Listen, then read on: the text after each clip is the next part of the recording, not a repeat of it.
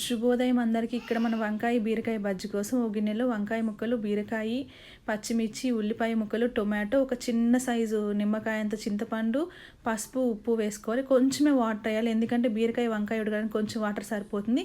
వీటన్నిటిని మనం స్టవ్ మీద డైరెక్ట్గా కానీ లేదా విజిల్ కుక్కర్లో 2 విజిల్స్ అయినా చేసుకోవచ్చు. నేను ఇక్కడ ఇన్స్టెంట్ పాట్లో ప్రెషర్ కుక్కర్ మోడ్లో ఒక 15 to 18 minutes పెట్టుకున్నాను. నాకు ముక్కలన్నీ చక్కగా ఉడికిపోయాయి. ఇలా మెత్తగా ఉడికిపోయిన ముక్కల్లో ఉన్న ఎక్స్ట్రా వాటర్ మొత్తం పక్కకు తీసివేయాలి. అప్పుడు మనం ముద్దకంతో ముక్కలన్నీ మెత్తగా ఎనుపుకోవాలి. నీళ్ళు వంపకుండా ఎనిపామనుకోండి ముక్కలన్నీ త్వరగా మెత్తగా అవ్వవు, చాలా టైం పడుతుంది. తర్వాత మనం ఆ నీళ్ళన్నీ ఎత్తి కూరలోకి యాడ్ చేసుకోవచ్చు. ఆ నీళ్ళు ఏం వేస్ట్గా అవ్వవు. స్టవ్ మీదైనా సరే 25 నిమిషాల్లో మనకి మెత్తగా అయిపోతుంది. విజిల్ కుక్కర్లో పెట్టాల్సిన అవసరం లేదు.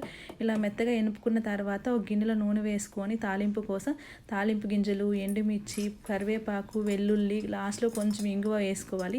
తాలింపు అంతా మంచిగా ఫ్రై అయ్యాక, అది మాడకుండా చూసుకోవాలి.